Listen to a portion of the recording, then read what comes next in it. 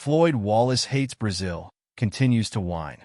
Professional sex tourist Floyd Wallace continued to whine about his lack of sexual encounters in Manaus, Brazil, on Saturday and Sunday in a series of live streams where he openly considered leaving the travel market.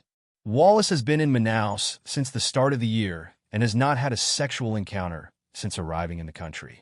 Complaining bitterly, Wallace said that all of his attempts to pick up women for sexual encounters had failed and implied that he could no longer afford to pay to play as his funds were low. The YouTuber immediately went into a pitch for his fans to pay for his Airbnb in Rio de Janeiro, claiming he needed $150 to reimburse himself for the charge. He began to get angry and lash out at his regulars, as they had apparently pledged not to take part in his day-to-day funding campaigns. Lashing directly out at frequent critic Snow Travels, Wallace again banned him from his side chat, despite Snow Travels paying for immunity from being banned. He spent the next hour pondering if he should unban him, while other frequent members of side chat criticized Wallace for banning someone after selling him immunity from being banned from chat.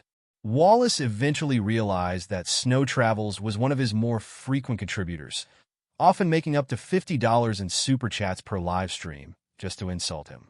He eventually admitted that he only made $300 from his foreign-only YouTube channel for December and implied that super chats made up the bulk of the income outside of direct YouTube advertising revenue.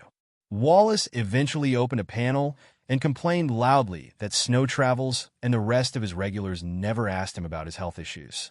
He said that his gastroesophageal reflux disease was getting worse, as evidenced by his frequent loud, uncontrollable belches on his live streams.